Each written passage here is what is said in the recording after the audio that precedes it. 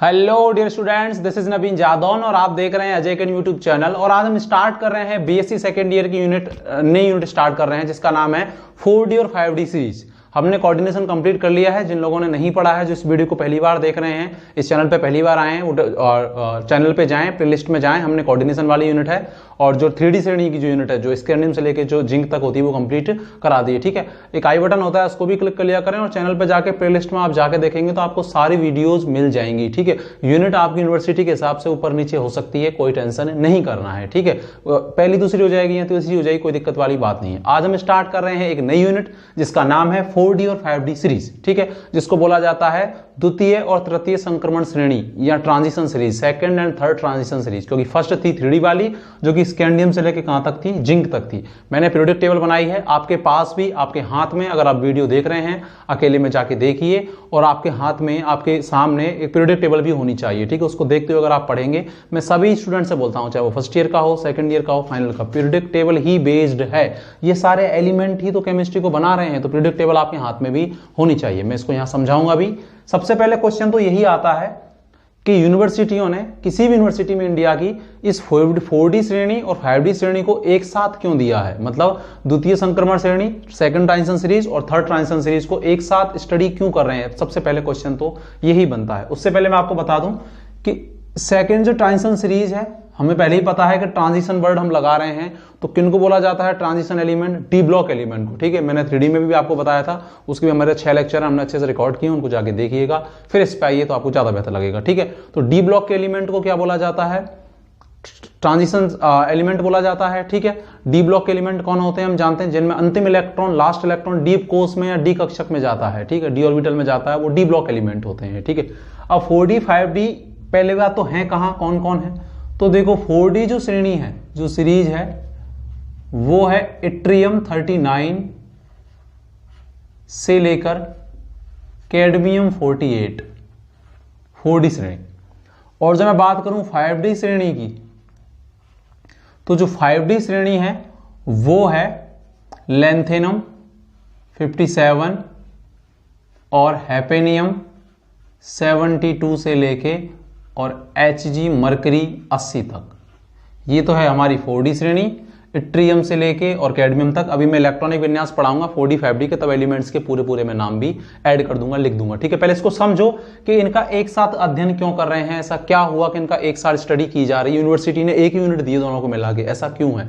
सबसे पहले 4D श्रेणी कहां से कहां तक है, इट्रियम से लेकर और कैडमियम तक। एलिमेंट भी याद कराऊंगा, याद करने की ट्रिक क्या है वो भी बताऊंगा, बने रहिए बस अंत तक। ठीक है, और जो 5D श्रेणी है वो कहां है, लैंथेनम 57 से लेकर हैपेनियम 72 और Hg 80 तक है। ठीक है, तो देखो अगर आप आवर्त सारणी को देखें तो जो ऐसी वाली लाइनें होती हैं वो तो ग्रुप कहलाती हैं, वर्ग, और जो ऐसी लाइनें होती हैं वो क्या कहलाती हैं, आवर्त कहलाती हैं। ठीक है, पीरियड कहलाती हैं। तो 7 तो आवर्त होते हैं, हम 11th क्लास से पढ़ते आ रहे हैं। और कितने वर्ग होते हैं, 18 वर्ग होते हैं। डी ब्लॉक ये होता है, यहाँ एस ब्लॉक होता है और यहाँ क्या होता है, पी ब्लॉक। हमारा जो क्वेश्चन है वो हम किस पे बात कर रहे हैं, डी ब्लॉक एलिमेंट 4D और 5D श्रेणी। स्कैंडियम 21 से लेके और जिंक 30 तक, ये कौन सी श्रेणी थी, हमारी 3D श्रेणी थी। ठीक है, और इट्रियम 39 से लेके और कैडमियम 48 तक, ये कौन सी श्रेणी है, हमारी 4D श्रेणी है। ठीक है, दिख रहा है हमको। और जो लैंथेनम 57 और हैफेनियम से लेकर Hg मरकरी तक, ये हमारी कौन सी श्रेणी है, 5D श्रेणी है। ठीक है, क्यों है इनके नाम 5D में, ये इनको 5D श्रेणी के एलिमेंट क्यों बोल रहे हैं, क्योंकि अंतिम इलेक्ट्रॉन, जो लास्ट इलेक्ट्रॉन होगा वो इनका 5D में गया होगा। अपन अभी इलेक्ट्रॉनिक विन्यास पढ़ेंगे इनके। और 4D कहां से कहां तक है, इट्रियम Y39 से लेकर और कैडमियम 48, अंतिम इलेक्ट्रॉन किस में गया होगा, 4D कक्षक या 4D ऑर्बिटल में गया होगा, इसीलिए 4D श्रेणी के एलिमेंट है। अब यहाँ एक बात आ रही है कि देखो 57 के बाद सारा क्या आता है, पीरियोडिक टेबल अगर आप देख रहे होंगे तो 72 आता है। इसी प्रकार देखो एक्टिनियम, ये हमारे में है नहीं, 89, और उसके बाद में क्या आता है, रदरफोर्डियम आता है 104। तो ये बीच के एलिमेंट कहां गए, तो यहां देखो, यहां और यहां, कहां से कहां तक, 58 से लेके और 71 तक। 58 पे आता है सीरियम नाम का एक एलिमेंट आता है और 71 पे आता है ल्यूटेशियम। ये जो एलिमेंट हैं ये 4f श्रेणी के एलिमेंट कहलाते हैं। ठीक है, क्योंकि इनका जब इलेक्ट्रॉनिक विन्यास लिखेंगे तो अंतिम इलेक्ट्रॉन जो है वो 4f कक्षक में या 4f ऑर्बिटल में जाएगा। ठीक है, तो 58 से लेकर 71 तक कहां है, 4f, जिनको आवर्त सारणी में अलग से रखा गया है नीचे। और इसी प्रकार 90 से लेके और 103 तक, 90 पे आता है थोरियम एलिमेंट होता है, अपन पढ़ेंगे, हमारी जो अगली यूनिट होगी 4F 5F हमारी श्रेणी है, उन पर अलग से यूनिट दी हुई है सेकंड ईयर में, उनको हम पढ़ेंगे। ये 90 से लेके और 103 तक है, ठीक है। लॉरेंशियम एक एलिमेंट होता है Lr, इसको बोला जाता है 5F श्रेणी, क्योंकि अंतिम इलेक्ट्रॉन में किस में जाता है, 5F में जाता है। इसको 4F को बोला जाता है लेंथेनाइड श्रेणी, क्यों, क्योंकि लेंथेनम के बाद आते हैं, ठीक है। और जो 5F श्रेणी होती है इसको बोला जाता है एक्टिनाइड श्रेणी। इसमें हम बात नहीं कर रहे हैं, हमारा तो डी ब्लॉक का है 4D 5D का, तो ठीक है। यहाँ जो 58 से लेके 71 के जो एलिमेंट है वो कहाँ चले गए, 4F में। इसी प्रकार यहाँ 90 से लेके और जो 103 तक के एलिमेंट है वो कहाँ चले गए, 5F में चले गए, ठीक है, जिसको बोलते हैं 5F श्रेणी या एक्टिनाइड श्रेणी, क्योंकि एक्टिनियम 89 एक्टिनियम तत्व होता है, इसके बाद आती है। और इसको लेंथेनाइड श्रेणी बोलते हैं 4F को, क्योंकि लेंथेनम के बाद आती है, तो ठीक है। जो 4D श्रेणी है वो 39 से लेके और कहाँ तक है, 48 तक। जबकि जो 5D जो श्रेणी है वो लेंथेना 57 और डायरेक्ट फिर के आ गया 72। आप बोलेंगे सर ये एलिमेंट कहाँ गए, तो ये तत्व कहाँ गए भैया, सीरियम 58 से लेके ल्यूटेशियम 71, 4F श्रेणी के एलिमेंट है, जिनको अपन अलग से पढ़ेंगे, ठीक है। इनको अलग से नीचे रखा गया आवर्त सारणी में से। अगर आप आवर्त सारणी प्रोडक्ट टेबल देख रहे होंगे तो नीचे लग रखा है 4F श्रेणी और 5F श्रेणी के दो ऐसे बना रखे होंगे, ठीक है। 14 एलिमेंट है दोनों में। तो यहाँ 57 से लेके कहाँ है, 72, और उसके बाद क्या है, 80 तक। अब हमारा क्वेश्चन ये है कि भाई इस 4F का और 5F की स्टडी एक साथ क्यों कर रहे हैं, जबकि 3D की तो अलग की थी, तो ये 4F और 5F की स्टडी हम एक साथ कर रहे हैं। इसका रीजन क्या होता है कि जो 4F श्रेणी के जो एलिमेंट होते हैं, जो 4F श्रेणी के जो एलिमेंट होते हैं कहां से कहां तक, इट्रियम से लेके और कैडमियम, और जो 4D श्रेणी के जो एलिमेंट है और जो 5D श्रेणी के जो एलिमेंट होते हैं उनका जो साइज है, 4D श्रेणी और 5D श्रेणी के एलिमेंट का जो साइज है वो लगभग कैसा होता है, बराबर होता है। इसीलिए इनका अध्ययन एक साथ किया जाता है। अब ये साइज बराबर होता है तो इनके गुणों में भी क्या होती है, समानता होती है।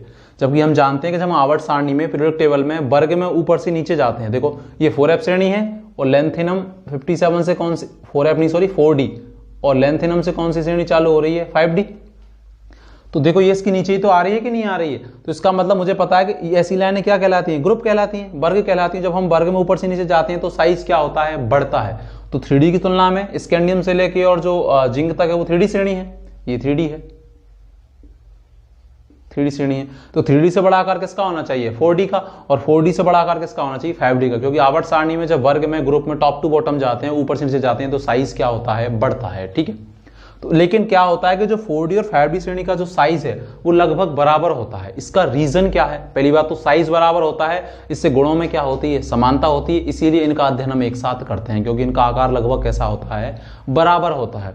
लेकिन ये होता क्यों है, इसका रीजन है जो ये 14 एलिमेंट है, ये जो 14 एलिमेंट हैं ये क्या करते हैं, 5D के आकार को घटा के, जबकि 5D का आकार 4D एलिमेंट की तुलना में कैसा होना चाहिए, बड़ा, क्योंकि वर्ग में ऐसी लाइनें क्या कहलाती हैं, ग्रुप कहलाती हैं। ऐसी लाइनें हैं खड़ी खड़ी, तो इसका मतलब नीचे आ रही तो आकार बड़ा होना चाहिए 5D का, लेकिन 5D का आकार घटकर किसके लगभग बराबर रह जाता है, 4D के बराबर रह जाता है। तो ऐसा क्यों होता है, इसका रीजन कौन है, लेंथेनाइड एलिमेंट। लेंथेनाइड एलिमेंट कौन कहलाते हैं, 58 से लेकर 71 तक, जिनको अपन 4F श्रेणी के एलिमेंट या अपन इनको क्या बोलते हैं, लेंथेनाइड एलिमेंट, लेंथेनाइड तत्व इनको अपन बोलते हैं। यही इनका रीजन है।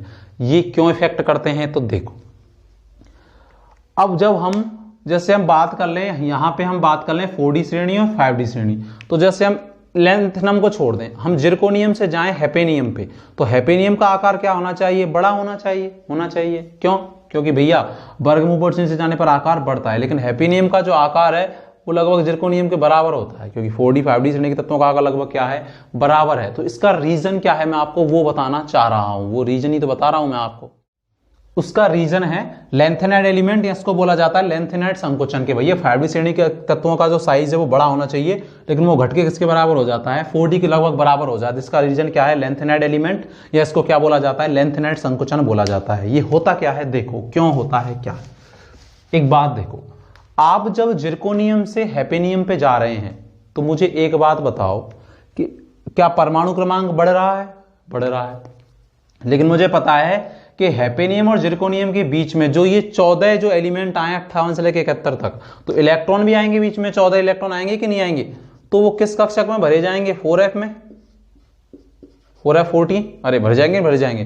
तो एक हमने फर्स्ट ईयर में एक प्रभाव पढ़ा था, अगर नहीं पढ़ा है तो मेरी फर्स्ट ईयर की जो वीडियो उसमें जाके देख सकते हैं, परिरक्षण प्रभाव या सील्डिंग इफेक्ट। सील्डिंग इफेक्ट क्या होता है, मैं थोड़ी सी हिंट दे देता हूं, हमारा टॉपिक नहीं है वो, कि सील्डिंग इफेक्ट होता है परिरक्षण प्रभाव, आंतरिक कोश के इलेक्ट्रॉनों का बाह्यतम कोश के इलेक्ट्रॉनों पर लगने वाला प्रतिकर्षण होता है। ठीक है, तो परिरक्षण प्रभाव जब बढ़ता है तो मुझे एक बात बताओ कि इनर सेल के इलेक्ट्रॉन जब आउटर सेल के इलेक्ट्रॉन को प्रतिकर्षित कर रहे हैं तो साइज क्या होगा, बढ़ेगा। लेकिन जो एफ उपकोष होता है, एफ जो होता है, एफ जो कोष होता है, इसका परिरक्षण प्रभाव पुअर होता है, बहुत कम होता है। क्यों? क्योंकि एफ का जो एफ उपकोष है इसकी आकृति जटिल होती है, तो आंतरिक कोष के इलेक्ट्रॉन उतना प्रतिकर्षण नहीं लगा पाते आउटर सेल के इलेक्ट्रॉन पे। ठीक है, तो इसका मतलब परिरक्षण प्रभाव अगर कम होगा तो साइज ज्यादा होगा या कम होगा, कम होगा। क्यों? क्योंकि परिरक्षण प्रभाव तो आकार को बढ़ाता है, लेकिन मैं क्या बोल रहा हूं कि जो सबसे ज्यादा परिरक्षण प्रभाव होता है वो एस का, फिर पी का, फिर डी का और फिर एफ का। तो डी और जो एफ होते हैं या स्पेशली एफ, इनका परिरक्षण प्रभाव बिल्कुल पुअर ना के बराबर होता है। पर ये तब समझ में आएगा जब हमको ये पता हो परिरक्षण प्रभाव क्या होता है। परिरक्षण प्रभाव इनर सेल के इलेक्ट्रॉन का आउटर सेल के इलेक्ट्रॉन पर लगने वाला प्रतिकर्षण। तो जब मैं बोल रहा हूं कि एफ में जो इलेक्ट्रॉन जा रहे हैं तो एफ का जो परिरक्षण प्रभाव या शील्डिंग इफेक्ट है वो पुअर है, तो इसका मतलब इनर सेल के इलेक्ट्रॉन आउटर सेल के इलेक्ट्रॉन को ज्यादा रिपेल प्रतिकर्षित करेंगे कि कम करेंगे, कम करेंगे, कम करेंगे। इसका मतलब आकार क्या होगा, आकार उतना नहीं बढ़ेगा जितना बढ़ना चाहिए। और हुआ क्या, उल्टी। इसका मतलब एफ का जो शील्डिंग इफेक्ट है वो कैसा है, पुअर है। इसको हम लेंथेनाइड संकुचन में भी पढ़ेंगे आगे चल के, लेकिन मैं यही रीजन बता रहा हूं। तो अब इलेक्ट्रॉनों में रिपल्सन हो नहीं रहा क्योंकि एफ का जो परिरक्षण प्रभाव कैसा है, कम है या कमजोर है या ना के बराबर है। लेकिन देखो परमाणु क्रमांक बढ़ गया, यहां तो 40 था, जैसे ये एग्जांपल ले लें अपन, और यहां परमाणु क्रमांक बढ़ ही रहे हैं। क्योंकि परमाणु क्रमांक बढ़ रहे हैं तो मुझे एक बात बताओ कि जो परमाणु क्रमांक होता है, एटॉमिक नंबर होता है, वो किसकी संख्या को दर्शाता है, प्रोटॉन की संख्या को दर्शाता है। किसको दर्शाता है, प्रोटॉन के। किसी में जितना परमाणु क्रमांक होगा उसमें उतने ही क्या होंगे, नंबर ऑफ प्रोटॉन होंगे। अच्छा, अगर ये प्रोटॉन की संख्या को दर्शा रहा है तो क्या हो रहा है कि मुझे पता है क्या हो रहा है, मैं बता सकता हूं कि नाभिक में ही कौन होते हैं, प्रोटॉन होते हैं। और अगर प्रोटॉन की संख्या बढ़ेगी तो नाभिक पर धनात्मक आवेश क्या होगा, बढ़ेगा। अरे बढ़ेगा, बढ़ेगा कि नहीं बढ़ेगा। तो मुझे एक बात बताओ कि भैया आकार तो एफिनियम का बड़ा होना चाहिए था, लेकिन अब कम हो जाएगा, मतलब कम हो गया, किसके बराबर आ जाएगा, जिरकोनियम के बराबर। मतलब 5D का ही तो एलिमेंट है एफिनियम, और जिरकोनियम किसका है, 4D का है, तो आकार कम हो जाएगा। इसका रीजन क्या है कि भैया परमाणु क्रमांक तो बढ़ गया लेकिन साइज जितना बढ़ना चाहिए था उतना नहीं बढ़ा, और परमाणु क्रमांक बढ़ने से क्या उल्टी साइज कम हो गया। क्यों? क्योंकि परमाणु क्रमांक बढ़ा तो प्रोटॉन की संख्या बढ़ी, क्योंकि प्रोटॉन की संख्या is directly proportional to atomic number. तो प्रोटॉन की संख्या बढ़ी तो नाभिक पर धनात्मक आवेश बढ़ा, तो जो इलेक्ट्रॉन आए थे एफ में उस पर नाभिक का आकर्षण अब कैसा लगेगा, ज्यादा लगेगा। क्योंकि पहले तो प्रोटॉन कितने थे, 41, मतलब 40 थे जिरकोनियम, और अब कितने हो गए, 72 हो गए, तो आकर्षण लगेगा। तो इसका मतलब क्या करेगा, नाभिक आकर्षित, तो साइज क्या हो जाएगा, कम हो जाएगा। इसी को क्या बोला जाता है, लेंथेनाइड संकुचन बोला जाता है। आई होप आप समझे होंगे, वापस रिवर्स करके भी आप वीडियो देख सकते हैं। तो अगर खींचेगा, नाभिक खींचेगा तो इलेक्ट्रॉन पास आ जाएंगे, तो आकार में क्या आ जाएगी, कमी आ जाएगी। ठीक है, लेकिन मैं बोलूं क्या लेंथेनम एलिमेंट पे ये लेंथेनाइड संकुचन या लेंथेनाइड तत्वों का प्रभाव पड़ता है? नहीं, क्योंकि यहाँ तो आ ही नहीं रहे हैं 14, वो तो कहाँ से स्टार्ट हुए हैं, 58 से लेकर 71 तक, मतलब हैपेनियम से स्टार्ट होगा। इसीलिए इसकी तुलना में तो लेंथेनम का आकार क्या होता है, ट्रिम की तुलना में बड़ा होता है। क्यों? क्योंकि यहाँ कोई लेंथेनाइड एलिमेंट नहीं आया ना, ये तो कब स्टार्ट हुए हैं, जब 72 से पहले, 58 से लेकर 71। ये तो उसका तो खुद ही का एटॉमिक नंबर क्या है, 57 है, तो यहाँ आया नहीं, तो यहाँ इससे बड़ा आकार लेंथेनम का, और लेंथेनम से बड़ा आकार किसका, एक्टिनियम का। लेकिन यहाँ आकार कैसे होते हैं, लगभग बराबर होते हैं। ये क्वेश्चन कभी कभार आ जाता है, ठीक है, ये क्वेश्चन कभी कभार आ जाता है, क्योंकि इसमें लेंथेनाइड संकोचन है, लेंथेनाइड एलिमेंट किनको बोल रहे हैं, 4f श्रेणी के एलिमेंट को। ये यहाँ काम नहीं कर रहा, क्यों? क्योंकि एटॉमिक नंबर ही 57 है। ये तो कब आएंगे, जब 58 से लेकर 71, मतलब 71 के बाद कोई एटम आएगा तो वो कौन आएगा, हैपेनियम आएगा। तो ये लगभग आकार जो होते हैं बराबर, वो कहाँ से शुरू होते हैं, जिरकोनियम, हैपेनियम, नायोबियम, टेंटेनम। यहाँ नहीं आता है, इट्रियम में और लेंथेनम में नहीं आता है। ये वेरी मोस्ट क्वेश्चन है। ये आकार तो क्योंकि मुझे पता है कि वर्ग में टॉप टू बॉटम जाने पर आकार बढ़ता है, तो यहाँ तो बढ़ेगा ही, लेकिन यहाँ क्या लग जाएगा, लेंथेनाइड संकोचन, क्योंकि यहाँ 14 जो एलिमेंट जो इलेक्ट्रॉन है वो कहाँ चले गए, 4f में। रीजन में बता चुका, अच्छे से देखें कि एफ का जो शील्डिंग इफेक्ट है वो कैसा होता है, पुअर। तो जितना प्रतिकर्षण इलेक्ट्रॉन आयन में लगना चाहिए उतना नहीं लगता है, कम लगता है। ऐसा क्यों होता है, क्योंकि एफ की आकृति जटिल होती है, कॉम्प्लेक्स शेप होती है, एफ की कोई आकृति नहीं होती, तो इलेक्ट्रॉन में प्रतिकर्षण क्या लगता है, कम। लेकिन भैया परमाणु क्रमांक तो बढ़ा तो प्रोटॉन की संख्या बढ़ी, प्रोटॉन की संख्या बढ़ी तो न्यूक्लियस पे, नाभिक पे पॉजिटिव चार्ज बढ़ा, तो इलेक्ट्रॉनों को ज्यादा आकर्षित करेगा, तो आकार में क्या हो जाएगी, कमी। किसके में, हैपेनियम के में। इसी प्रकार इसके में, इसके में, इसके में, तो लगभग किसके बराबर हो जाएंगे, कम होके 4D श्रेणी के बराबर। यही कारण है कि 4D और 5D श्रेणी के तत्वों का अध्ययन या इन एलिमेंटों की स्टडी है वो एक साथ की जाती है, क्योंकि इनके आकार लगभग कैसे होते हैं, बराबर। किसके वजह से? लेंथेनाइड तत्वों की वजह से, जिससे हम क्या कहते हैं, लेंथेनाइड संकोचन। लेकिन ये लेंथेनम पे नहीं लगता है, लेंथेनम और इट्रियम के बीच में। क्यों? क्योंकि यहाँ कोई लेंथेनाइड एलिमेंट नहीं आ रहे। वो कब आएंगे? जब 71 के बाद कोई तत्व आएगा। तो देखो ये सब 72, 73, 74, 75, 76 ये सब किसके बाद आ रहे हैं, तो इन सब पे ये रूल लागू होता है। ठीक है, आई होप आप समझे होंगे। मैं आपको एक बार याद करा देता हूं इन एलिमेंटों को कैसे याद करें, 4D श्रेणी के एलिमेंटों को कैसे याद करें और 5D श्रेणी के एलिमेंटों को कैसे याद करें। देखो मैं एक बार बोल देता हूं, आप लिख भी सकते हैं। अभी मैं इलेक्ट्रॉनिक विन्यास भी बताऊंगा। ये होता है yttrium, zirconium, niobium, molybdenum, technetium, ruthenium, rhodium, palladium, silver, A G और कैडमियम। ठीक है, 4D का। 5D लेंथेनम, हेपेनम, हेपेनियम, टेंटेनम, टंगस्टन, रीनियम, ऑस्मिटॉम या ऑस्मियम भी बोल देते हैं, इरिडियम, प्लेटिनम, गोल्ड, Au होता है गोल्ड, सोना, और Hg मरकरी होता है इसका प्रतीक। ठीक है, कहां से कहां तक है ये अच्छे से हमको पता होना चाहिए। आगे हम बात करेंगे इलेक्ट्रॉनिक कॉन्फ़िगरेशन पे। कैसे याद करें? यार जरा निभा, यार का मतलब एट्रियम, 4D कहां से कहां तक है, 39 से लेके 48।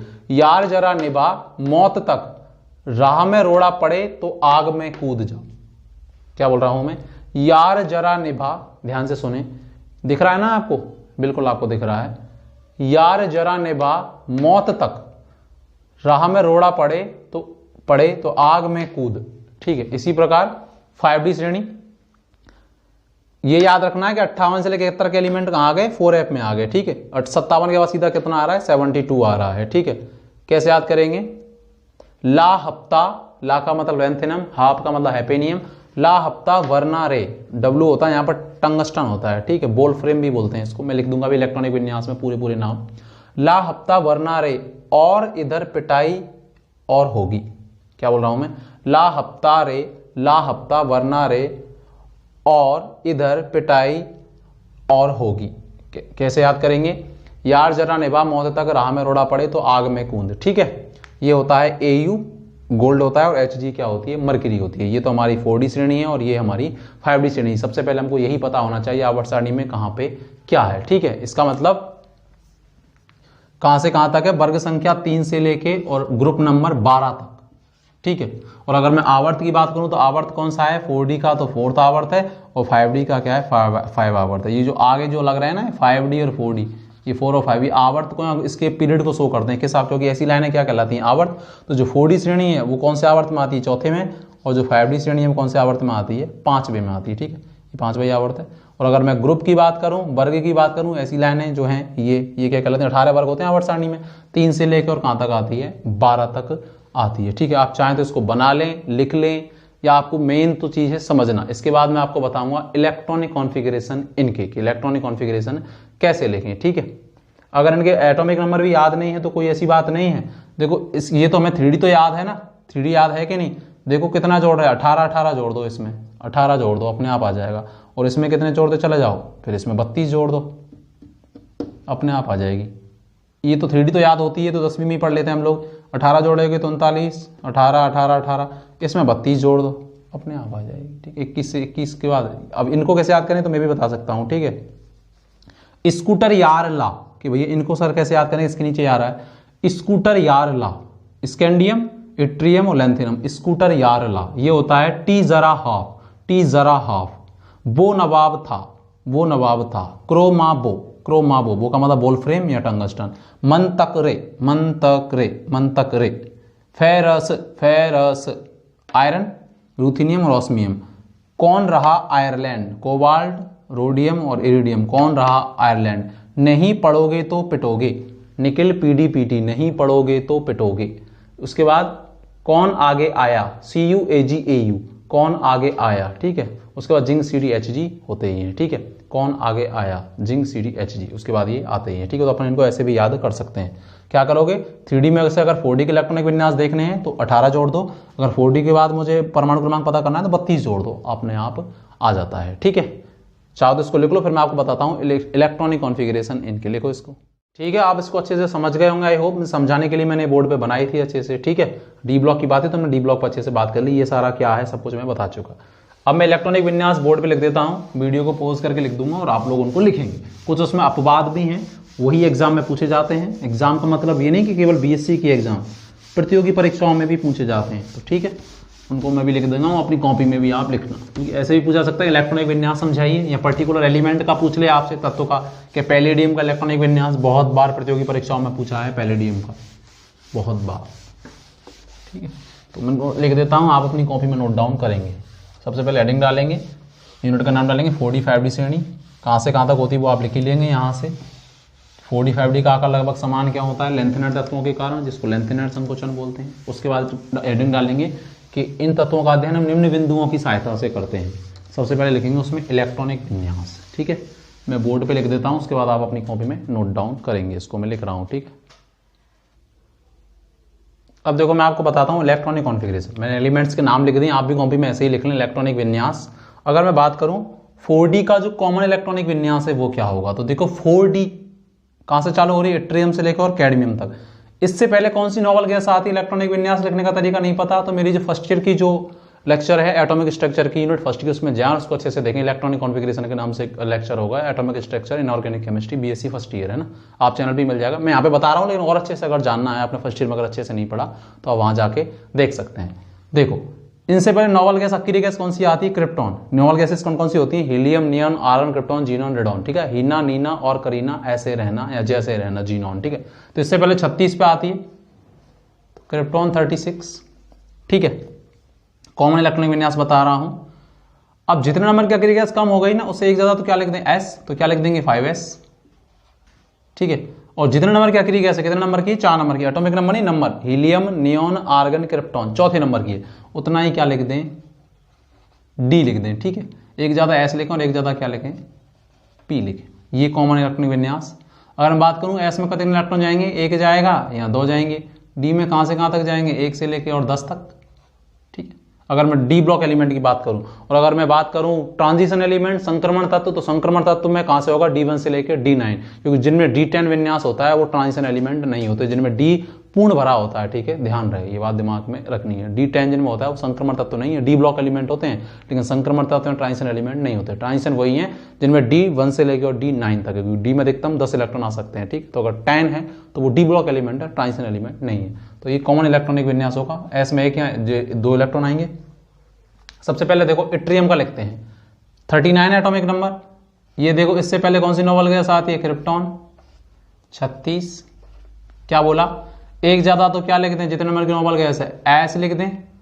ठीक है, और जितने नंबर की नॉवल गैस है उतना क्या लिख दें, D लिख दें।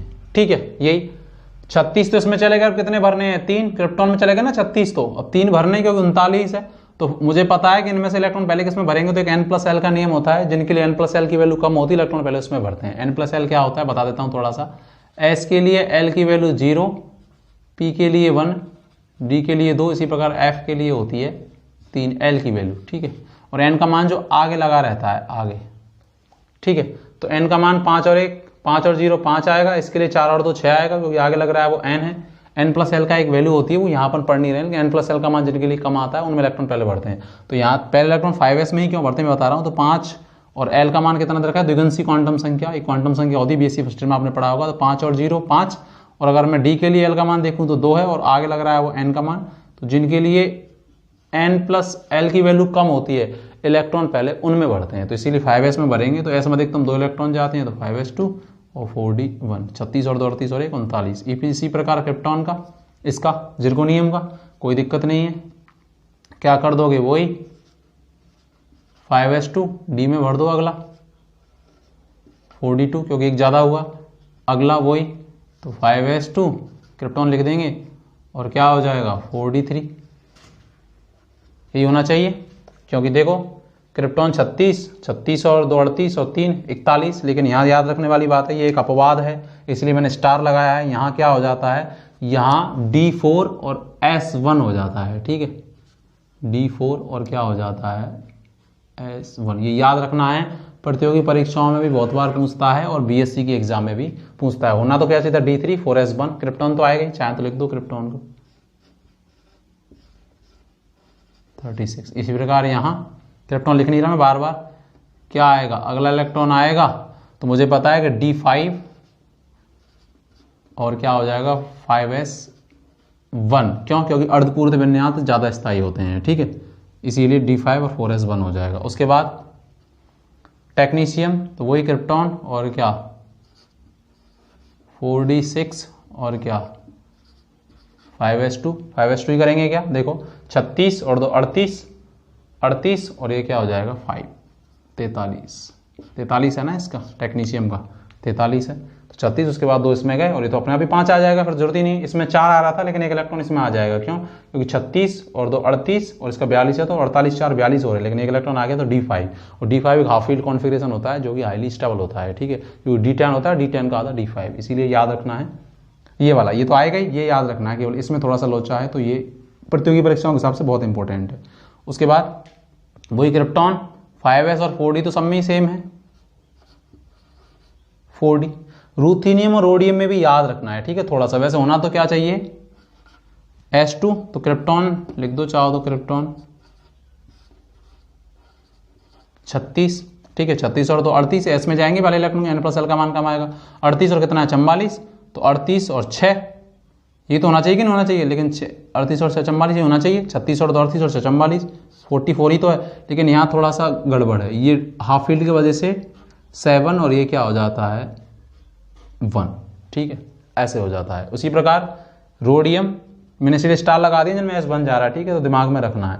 वही क्रिप्टॉन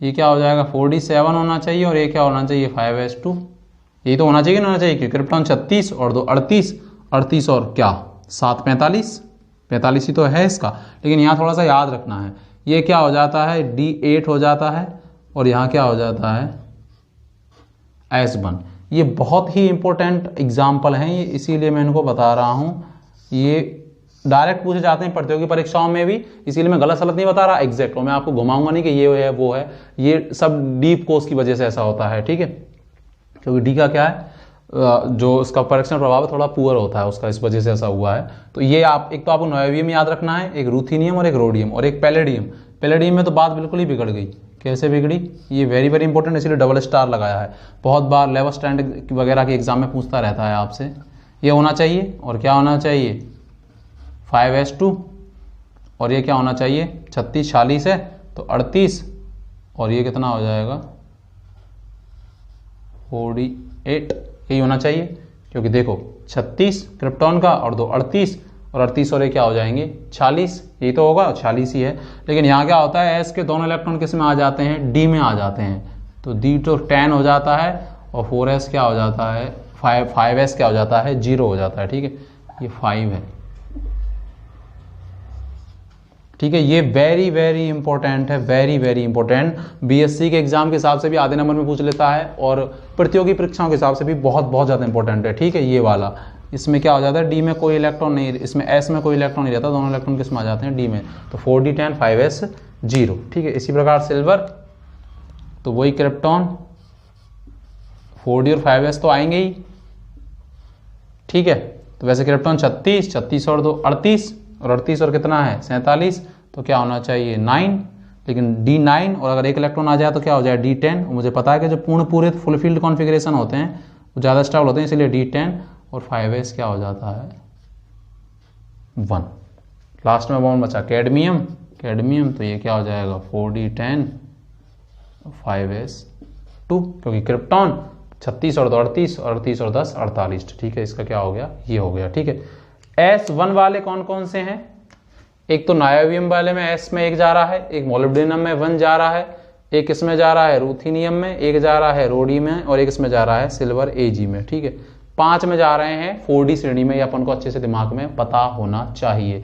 प्रतियोगी परीक्षाओं के हिसाब से पैलेडियम का बहुत इंपॉर्टेंट है, नायोबियम का भी पूछा है, एक बार फर्स्ट ग्रेड एग्जाम होती है राजस्थान RPSC उसमें भी पूछा हुआ है नायोबियम का, और पैलेडियम का तो बहुत बार पूछता है, लेवल स्टैंड वगैरह की एग्जाम होती है उनमें पूछता ही रहता है, मतलब, ठीक है, इनको लिख लो, और जो मैंने अंडरलाइन किए स्टार लगाए उनको दिमाग में अच्छे से रखना, लिखो इनको, फिर मैं उसके बताता हूँ 5d श्रेणी के बताता हूँ। देखो 5d श्रेणी का, अगर 5d श्रेणी की बात करूँ तो कहाँ से स्टार्ट हो रहा है, लेंथेनम से 57 से पहले जो अक्रिय गैस आती है वो आती है जीनोन आती है 54, तो मैं जीनोन सब में नहीं लिखूंगा 54, ठीक है, लेंथेनम, ठीक है 57 है, इसमें वो 4f श्रेणी के एलिमेंट तो आएंगे नहीं, वो तो 72 वाले में आएंगे, ठीक है।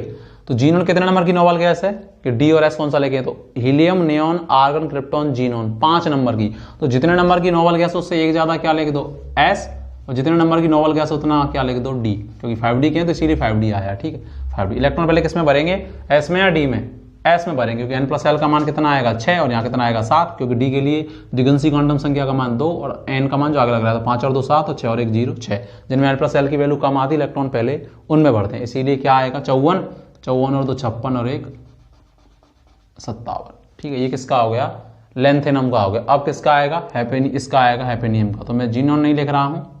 ठीक है, हैपेनियम मुझे पता है 57 से लेकर जब 72 पे आया तो 58 से लेकर जो 71 के एलिमेंट है उनको आंख बंद करके लिख दो, वो किस में चले गए हैं, 4f14। 14 इलेक्ट्रॉन किस में चले गए हैं, 4f में चले गए हैं। ठीक है, 58 से लेकर 71 तक मैं बता चुका।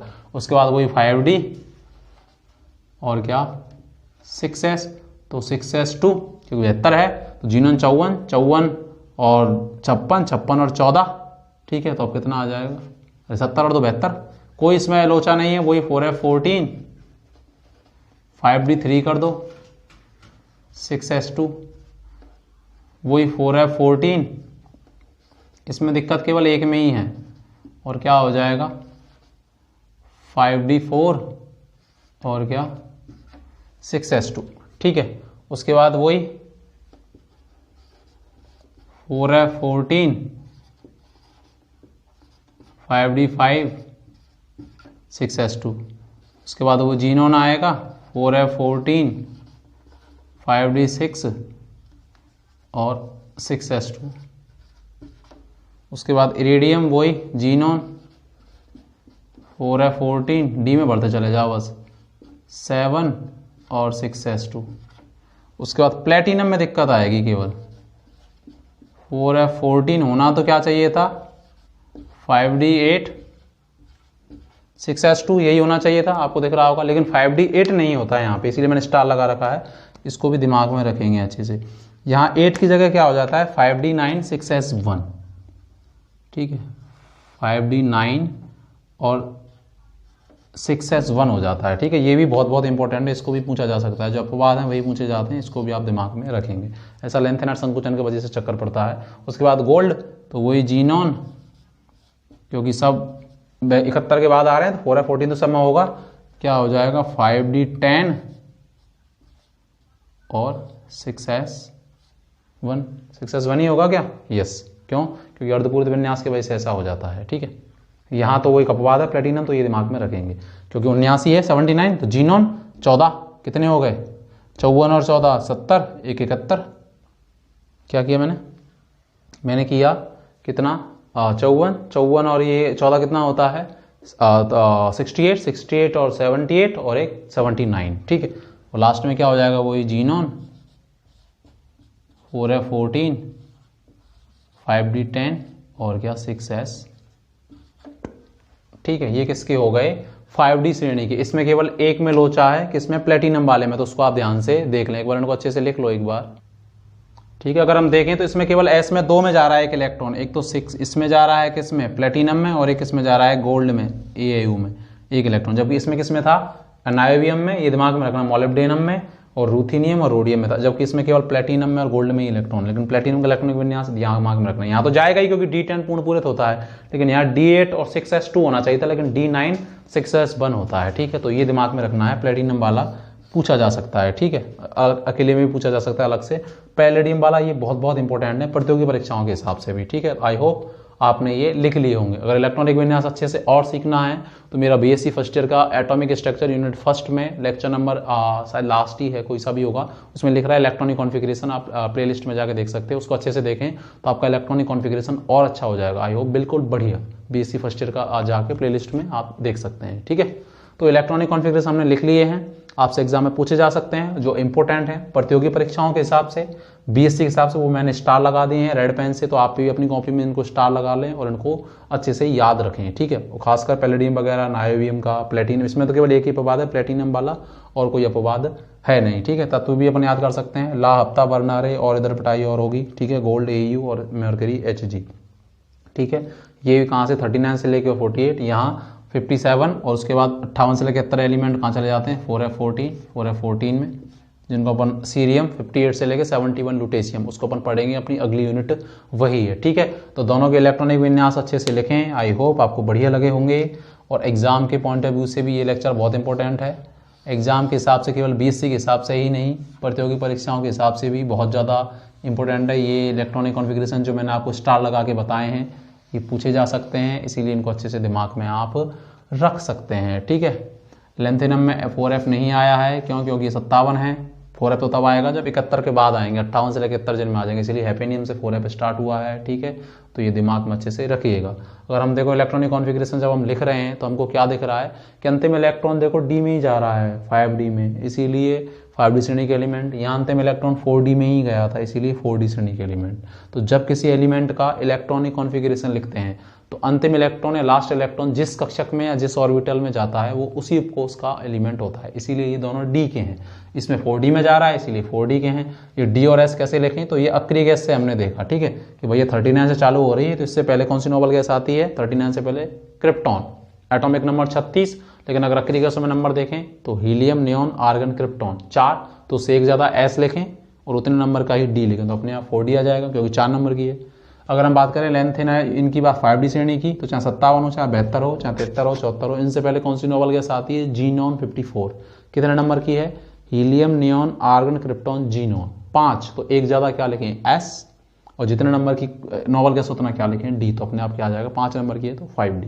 लेकिन यहाँ 4F कब स्टार्ट होगा, हैपेनियम से। ठीक है, 72 से, तो 4F 14 रखना है सब में, क्योंकि 58 से लेकर 71 के जो एलिमेंट जो इलेक्ट्रॉन है वो कहाँ जा रहे हैं, 4F कक्षक में जा रहे हैं, क्योंकि वो 4F श्रेणी के एलिमेंट हैं, हमने अलग से बनाया भी था। ठीक है, अगर आप शुरू से लेक्चर को देख रहे हैं तो आपको पता होगा। ठीक है, और जो इंपॉर्टेंट हैं, जो अपवाद के रूप में है, एक्सेप्शन है, उनको मैंने स्टार लगा दिया, उनको अच्छे से दिमाग में आप लोग रख सकते हैं। ठीक है, अब मैं लेक्चर को नहीं खींचूंगा, तो आई होप आपको ये लेक्चर बढ़िया लगा होगा सीखने के लिए, प्रतियोगी परीक्षाओं के लिए ये लेक्चर बहुत इंपॉर्टेंट है। इसी प्रकार अगले लेक्चर में हम मिलेंगे, इनकी और भी जो पॉइंट्स हैं इनके, कि भैया 4D 5D के साइज़ क्या होते हैं, आयनन विभव क्या होते हैं, इनकी मैग्नेटिक प्रॉपर्टी क्या है, चुंबकीय गुण क्या है, तो हम अगले लेक्चर में बात करेंगे। ठीक है, इसी तरह देखते रहिए, प्यार बनाए रखिए, लाइक करें, सब्सक्राइब करें, शेयर करें। ठीक है, बाय बाय, जय हिंद।